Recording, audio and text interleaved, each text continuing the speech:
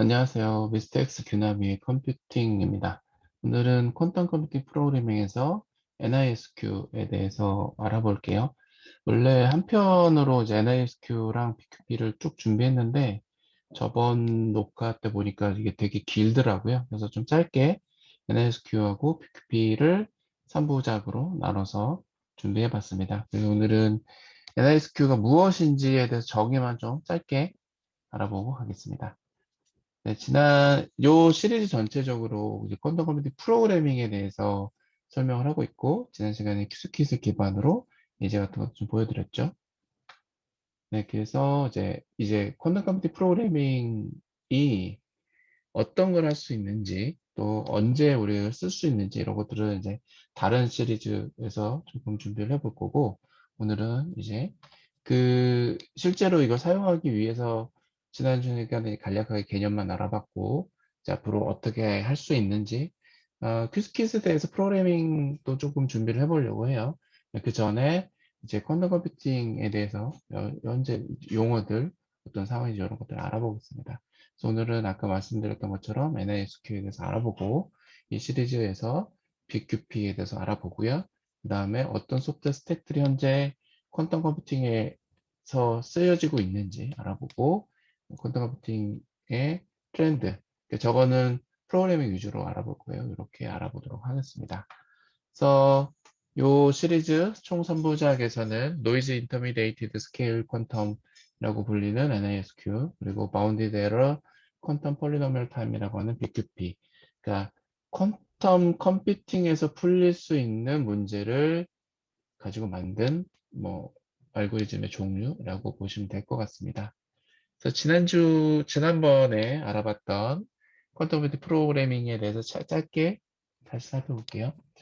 그래서 뭐 영어로 써 있지만 이제 새로운 알고리즘을 통해서 확률적인 방법으로 확률적인 값을 갖고 있는 기저 벡터, 베이시스 벡터를 활용한 프로그램이다. 그리고 이런 것들을 활용해서 만든 알고리즘들을 BQP라고 한다. 네, BQP와 NP는 조금 다른 개념이에요. 네, BQP는 클래시컬 컴퓨터나 뭐 퀀텀 컴퓨팅 과 차별도 있고 퀀텀 컴퓨팅 안에서 퀀텀 컴퓨팅이 갖고 있는 고유의 특징, 확률적인 표현으로 중첩된 값들을 알고리즘으로 적용한 것들을 말합니다. 그래서 지난번에 이제 퀴즈킷을 가지고 되게 간단하죠. 그냥 서킷 한번 구성해보고 그냥 확률이 모두가 25%로 똑같이 나오는 그 프로그램 한번 해봤어요. 그리고 똑같은 코드를 클래식 컴퓨터에서 이제 어떻게 할 수 있는지 그런 것들도 같이 살펴봤었죠. 네. 그래서 이렇게 짧게 알아보고 이제부터 뭐 오늘 이번 클립은 되게 짧게 끝날 것 같아요. 내용이 조금 어렵다면 어렵고 쉽다면 쉬운데 좀 중요한 개념이라서 네, 오늘은 짧게 이렇게 해보도록 하겠습니다. 그래서 이제 NISQ가 뭐냐? 요거는 퍼스케일 제 발음이 정확한지 모르겠어요. 외국분이라서 퍼스케일 교수님 또는 이제 연구하시는 분이 2018년 저널에서 이렇게 디파인을 하셨어요. 그리고 요거는 그 비디오 클립이 있는데 퀀텀 컴퓨팅에 대해서 이제 학회가 있어요. 그 학회에서 저 교수님이라고 할게요. 교수님 발표한 내용에서 이제 나온 내용이고요. 조금 긴데 원문을 그대로 갖고 왔어요. 이해를 좀 쉽게 하기 위해서. 그래서 이제 키를 보면 저 빨간색하고 오렌지색을 보시면 됩니다. 그래서 NISQ라고 하는 거는 노이즈 인터미디에이트 스케일 퀀텀의 약자고요. 인터미디에이트 스케일은 앞으로 향후 몇 년간 큐빗의 사이즈를 얘기했습니다. 그 큐빗의 사이즈는 50에서 약 100개 내외 정도라고 보고 있고, 그거 이제 뭐 아주 대규모는 아니죠. 50큐빗이라고 하면, 물론 이제 비트로 한 사람 되게 큰 양이지만, 우리가 쓰는 일반적인 클래시컬 컴퓨팅에 비하면 굉장히 작은 규모입니다. 그래서 그게 이제 그게 이제 확 커지기 위해서는 뭐 되게 물리적인 기술이 많이 필요하겠죠. 근데 이제 여기에 아직 많은 이슈가 있어요. 그게 바로 이제 어떤 문제냐면, 큐빗을 저희가 이제 완벽하게 컨트롤 못 합니다. 그렇기 때문에 거기에 노이즈가 있어요. 노이즈는 뭐냐면, 그러니까 이거는, 노이즈가 뭐냐면, 그, 오류가 섞여 있는 거예요. 계산을 했는데, 정확한 값이 아닌 이제 오류가 섞여 있는 겁니다. 이거 이제 긴 문장이고 이제 저 교수님이 말한 그 저널에 있는 논문을 그 문구를 그대로 갖고 왔어요. 이걸 조금 압축해서 말씀을 드리겠습니다. 자, 노이즈 인터미디에이티드 스케일 퀀텀을 노이즈와 인터미디에이티드 스케일 퀀텀으로 나눕니다. 퀀텀은 이제 우리가 알고 있는 큐빗에 대한 얘기고요. 노이즈는 뭐냐면 퀀텀 컴퓨팅 프로그래밍을 하면 이게 저희가 이제 큐빗을 다양한 물리학적인 방법으로 컨트롤을 하죠. 뭐 이온 트랩을 쓰기도 하고 세미컨덕터를 쓰기도 하고 이제 다양한 방법을 하는데 그 큐빗을 이제 우리가 정확하게 컨트롤을 해야 되는데 이게 어려운 거예요. 굉장히 뭐 이제 어떤 것 때문에 어려운지는 뭐 이론적으로 정확하게 제가 저는 이제 물리학도가 아니니까 말할 수 없지만 어쨌든 어려워 보이죠. 그래서 정확하게 컨트롤이 안 되기 때문에 오류가 섞여 있어요. 그러니까 어떤 얘기냐면 우리가 계산을 하다 보면 어, 이제 논문에서 나온 얘기인데 0.1% 내외에 오류가 있다. 1000번 계산을 하면 한 번에 오류가 있는 거예요. 이 얘기는 그러니까 정확한 값을 갖고 있지 않다 이런 얘기가 아니고 퀀텀은 기본적으로 확률 값을 중첩적으로 갖고 있는 거죠. 1큐빗이면 두 가지의 값을 확률적으로 갖고 있는 건데 그 얘기 아닙니다. 확률적으로 갖고 있는 게 아니라 그 확률 자체를 잘못 계산하거나 확률 자체가 값이 틀려지는 거예요. 그러니까 확률에 기반한 이론을 적용하더라도 오류가 나는 거죠.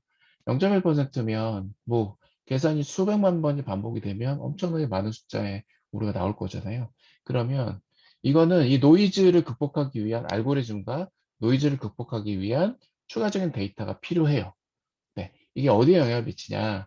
지금 큐빅, 이렇게 아까 방금 말씀드린 것처럼 노이즈 컨트롤도 잘 안 되기 때문에 이게 또 이게 중첩과 얽힘을 표현하기 위해서 되게 많은 노력이 필요하겠죠.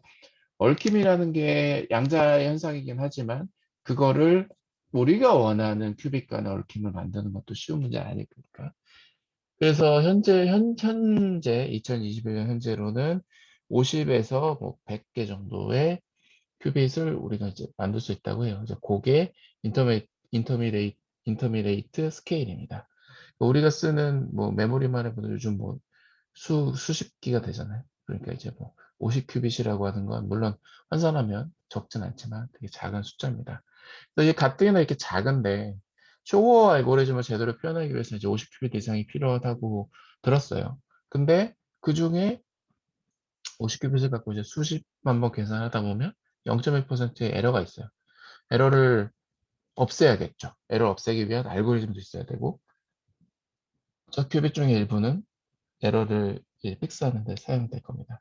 그래서 현재 물리적인 한계로 인해서 작은 스케일, 뭐 중간 정도의 스케일의 큐빗을 갖고 있는데 그게 노이즈까지 섞여 있어서 굉장히 어려운 시대라는 거죠. 그래서 뭐 이렇게 어렵다 안 어렵다라고 보지는 않는 것 같아요. 그러니까 이 말의 의미는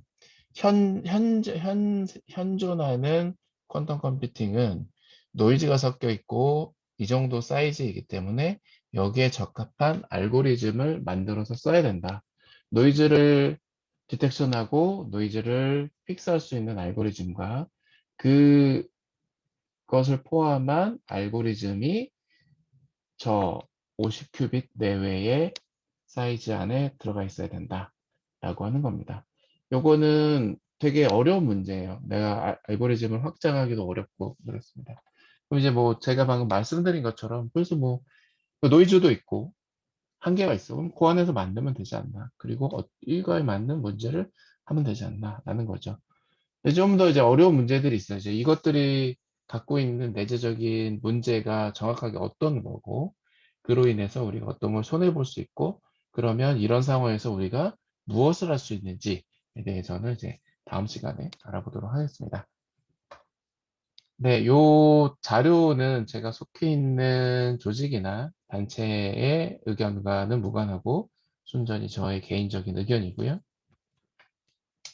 이 화면에 쓰인 모든 사진과 자료들은 오픈, 이제 퍼블릭하게 쓰일 수 있는 자료이고, 제가 갖고 온 데이터들에 대한 링크나 레퍼런스는 모두 달려 있고요.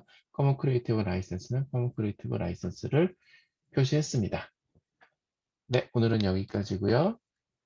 짧지만 조금 어려운 내용 들어주셔서 감사합니다.